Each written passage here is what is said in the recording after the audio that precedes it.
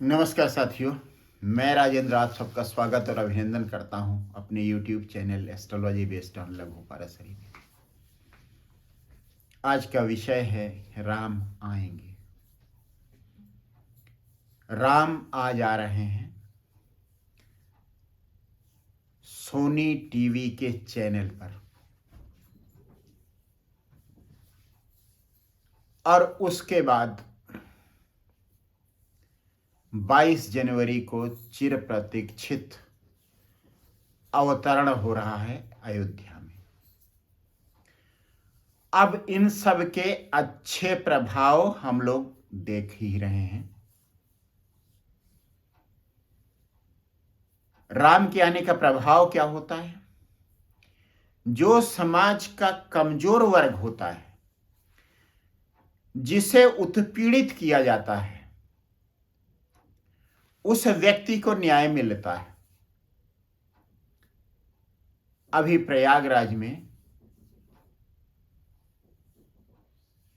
बल्कि प्रयागराज नहीं, IIT BHU की एक लड़की के साथ जो कुछ किया, उसके अपराधी पकड़े गए, बावजूद इसके कि वो सत्ताधारी दल से जुड़े हुए थे, उनके IT सेल से जुड़े हुए थे। कुश्ती संघ पर कब्जा जमाए हुए स्वनाम धन्य सफेदपोश अपराधी, उनको किनारे कर दिया गया और कुश्ती संघ को भंग कर दिया गया सरकार द्वारा। इसकी भी बहुत दिन से प्रतीक्षा थी, ऐसे लोग जो न्याय चाहते हैं। और इन दोनों ही केसेज में, दोनों ही घटनाओं में प्रताड़ित थी महिलाएं। अब अगर भारत की कुंडली की बात करते हैं तो महादशा है चंद्रमा की, अंतरदशा है शुक्र की। दोनों ही महिला ग्रह हैं, स्त्री ग्रह हैं। तो ये समय है स्त्रियों को, उनके ऊपर जो अत्याचार हो रहा है उसके निवारण का, और अगर अत्याचार हो गया है तब जो अपराधी है उसे सजा दिलाने का। यहां थोड़ा सा मैं एक व्यवधान डालूंगा अपने वीडियो में। 25 जनवरी को एक बहुत ही शुभ मुहूर्त है, गुरु पुष्य नक्षत्र, चंद्रमा पुष्य नक्षत्र में होगा और उस दिन बृहस्पतिवार होगा, इसलिए गुरु पुष्य नक्षत्र। तो उस दिन कोई ऐसा शुभ कार्य जिसे आपको लंबे समय तक करना है, जैसे शिक्षा की शुरुआत, नौकरी की शुरुआत, गृह प्रवेश या किसी दुकान की शुरुआत आप कर सकते हैं। अब फिर से मैं मूल विषय पर आता हूं। ये जो प्रभाव अभी दिख रहे हैं छुटपुट, स्पष्ट रूप से दिखेंगे 1 मई के बाद। उस समय क्या होगा? गुरु गोचर में वृष राशि में आ जाएगा, मतलब स्वतंत्र भारत की जन्म कुंडली के लग्न में आ जाएगा गुरु की सबसे अच्छी स्थिति। इच्छा पूर्ति करने वाला गुरु, इच्छा पूर्ति करने वाले भाव का स्वामी गुरु।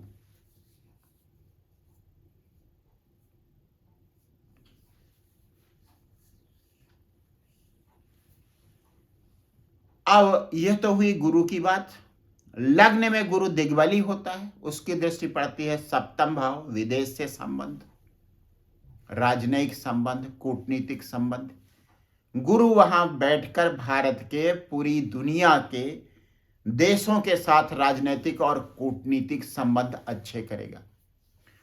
उसकी दृष्टि पड़ेगी पंचम भाव पर, जहां केतु स्थित हो पहले से है, और एक आध्यात्मिक माहौल का निर्माण इस देश में करने में गुरु की दृष्टि सहायक होगी। और उसी आध्यात्मिक के साथ साथ माहौल धार्मिक भी होगा, क्योंकि कोई व्यक्ति मोक्ष प्राप्ति के लिए, निर्वाण प्राप्ति के लिए ध्यान का मार्ग चुनता है उसके लिए केतु है, और जो भक्ति मार्ग चुनते हैं उनके लिए नवम भाव है। तो धर्म और अध्यात्म का माहौल बनेगा 1 मई के बाद। शनि योग कारक शनि वृष लग्न के लिए 10वें भाव में स्थित है, और राहु गुरु की राशि में इच्छा पूर्ति वाले 11वें भाव में स्थित है। 11वां भाव राहु वहां स्वाभाविक रूप से अच्छे फल देने वाला ग्रह है, और 11वें भाव का स्वामी लग्न में है। लग्नेश और लग्न में गुरु की उपस्थिति एकादशेश को अच्छा बना रही, बलवान बना रही, कुंडली के लिए शुभ बना रही। और 11वें भाव में राहु क्रूर ग्रह है। 11वें भाव में राहु बहुत अच्छा करने जा रहा है जनमानस की आय के लिए, विशेष करके शेयर मार्केट में अभूतपूर्व वृद्धि देखने को मिलेगी। शनि 10वें भाव में अपनी मूल त्रिकोण राशि में योग कारक शनि, क्रूर ग्रह राहु एकादश भाव में इच्छा पूर्ति करेगा, और गुरु का आशीर्वाद मिलेगा जनता को, उनकी संतानों को, स्त्रियों को, धर्म को, अध्यात्म को। अब इन सब का सम्मिलित फल क्या होगा? जब राम आते हैं तो राम राज्य आता है। राम राज्य में क्या होता है? सबरी को राम अपने बराबर का स्टेटस देते हैं, अपने बराबर का दर्जा देते हैं। मतलब जनजाति भी आम आदमी के स्तर पर, ईश्वर और मनुष्य एक ही स्तर पर राम ले आते हैं।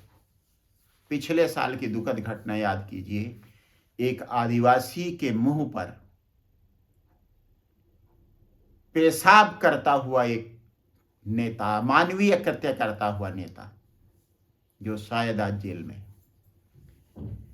इन्हें न्याय मिलेगा। सबरी जनजाति की प्रतीक है, आदिवासी है सबरी, और स्त्री भी। स्त्री को न्याय मिलेगा, आदिवासी को न्याय मिलेगा, जनजातियों को न्याय मिलेगा। और क्या होगा? लोकतंत्र फिर से मजबूत होगा।